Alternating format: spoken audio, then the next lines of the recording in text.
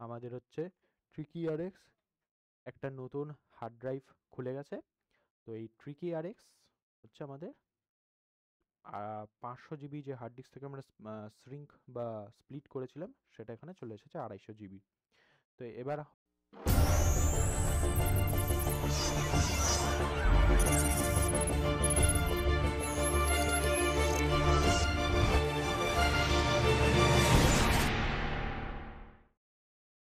Hello guys, tricky RX এর আরেকটা tutorial ভিডিওতে তোমাদের সবাইকে স্বাগত।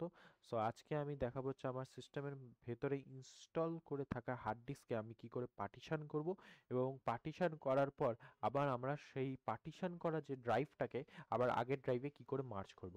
তো আমরা হচ্ছে প্রথমে চলে যাব আমাদের দিস পিসিতে যাওয়ার পর আমরা কোন ড্রাইভটাকে আমরা স্প্লিট করব অর্থাৎ ভাগ করব আমরা সেটাকে আগে দেখে নেব। তো আমরা হচ্ছে ভলিউম এফ যে ড্রাইভটা, আমরা এটা হচ্ছে একটা 500 জিবির হার্ড ডিস্ক, তো আমরা হচ্ছে এটাকে স্প্লিট করব বা শ্রিঙ্ক করব।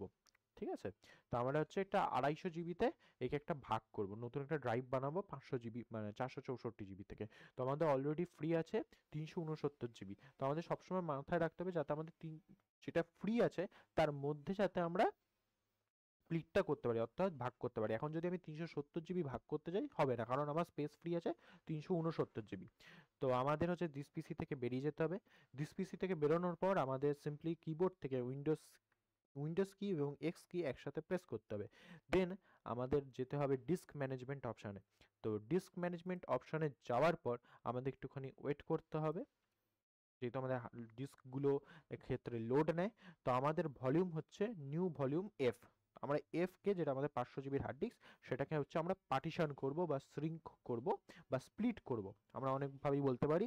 তো আমরা যখন হচ্ছে নিউ ভলিউমকে সিলেক্ট করব আমাদের মাউসের লেফট ক্লিক দিয়ে, তখন আপনারা দেখতে পাবেন যে আমাদের এই হার্ড ডিস্কের ড্রাইভটার ওপরে একটা গ্রে কালারের লাইন চলে আসবে।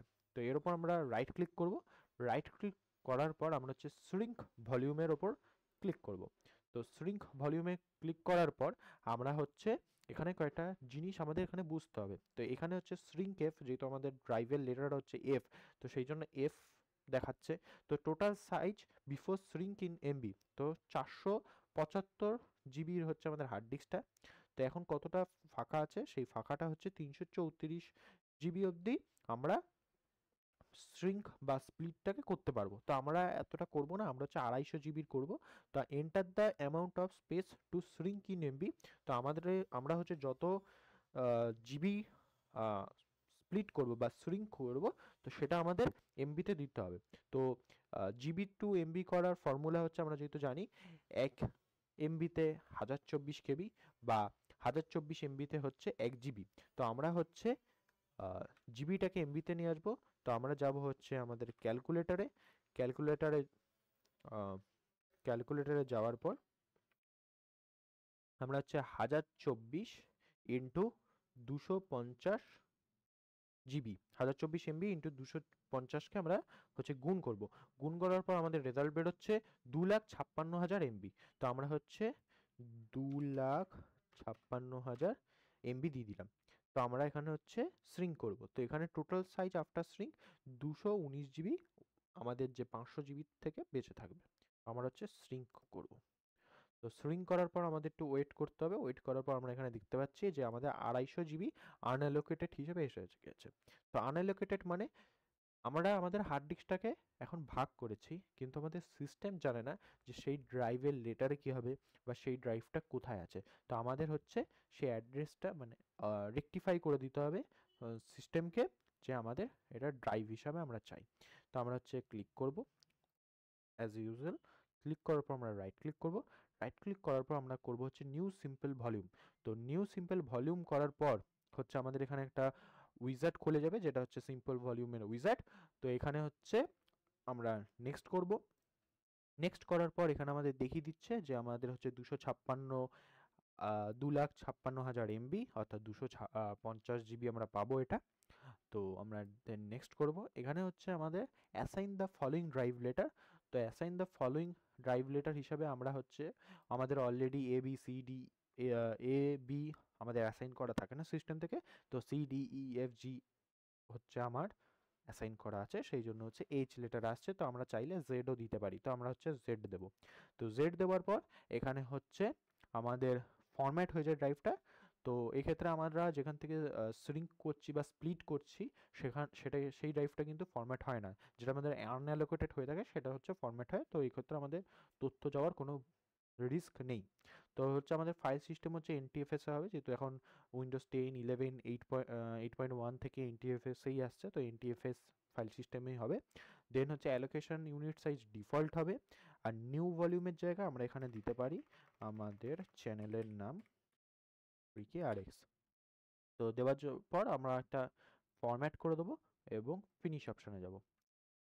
তো ফিনিশ হওয়ার পরে আমরা দেখতে পাচ্ছি এখানে দিস পিসিতে গেলে হচ্ছে আমরা আমাদের যেই হার্ড ডিস্কটা, যেই ড্রাইভটা RKRX, এটাকে আবার আমরা 500 GB যে আমাদের হার্ড ডিস্ক ওটার সাথে মার্জ করে দেবো। তো সেক্ষেত্রে আমরা করব হচ্ছে আমরা আবার আমাদের ডিস্ক ম্যানেজমেন্টে যাব। ডিস্ক ম্যানেজমেন্টে যাওয়ার পর আমরা হচ্ছে RKRX আমাদের জেড যে ড্রাইভটা সেটাকে হচ্ছে আমরা সিলেক্ট করব। সিলেক্ট করার পর হচ্ছে আমরা রাইট ক্লিক করব। রাইট ক্লিক করার পর আমরা এটাকে হচ্ছে ডিলিট ভলিউম করে দেবো। তো ডিলিট ভলিউমের করার জন্য এখান থেকে আমাদের একটা উইন্ডোজ থেকে একটা ওয়ার্নিং মেসেজ দেবে সিস্টেম থেকে, যে আমরা যদি এই যেই ড্রাইভটা আমরা হচ্ছে আবার জুড়তে চাইছি, মার্জ করতে চাইছি বা এক্সটেন্ড করতে চাইছি, সেটা আমরা যদি করি তো আমাদের এই RKRX বা জেড ড্রাইভের ভিতর যদি কোনো ডেটা থাকে সেই ডেটাটা হচ্ছে ডিলিট হয়ে যাবে। তো আমরা হচ্ছে ইয়েস করব। তো আবার আগের মতন আনঅ্যালোকেটেড পজিশনে চলে এলো। তো এবার আমরা হচ্ছে আমাদের এফ ড্রাইভে যাব। এফ ড্রাইভে যাওয়ার পর আমরা হচ্ছে রাইট ক্লিক করব। রাইট ক্লিক করার পর আমরা এক্সটেন্ড ভলিউমের ওপর ক্লিক করব। এক্সটেন্ড ভলিউমে ক্লিক করার পর আমরা হচ্ছে এখানে আমাদের উইজারটা খুলে যাবে। খুলে যাওয়ার পর আমরা নেক্সট করব। এবার এখানে আমরা যেহেতু 500 GB হার্ড ডিস্ক থেকে আমরা 250 GB যেহেতু পার্টিশনটা করেছিলাম, যেহেতু এখন ভলিউম এফ জানে তার আনঅ্যালোকেটেড যে লোকেশন, মানে তার বডি থেকে যে ভাগ হয়েছে যে অংশটা সেটা কোথায় বা সেটা কত জিবি। তো এখানে আমরা দেখতে পাচ্ছি ডিস্ক 3 256 100 MB। তো আমরা এটাকে হচ্ছে নেক্সট করব। নেক্সট করার পর আমরা এটা ফিনিশ করে দেবো।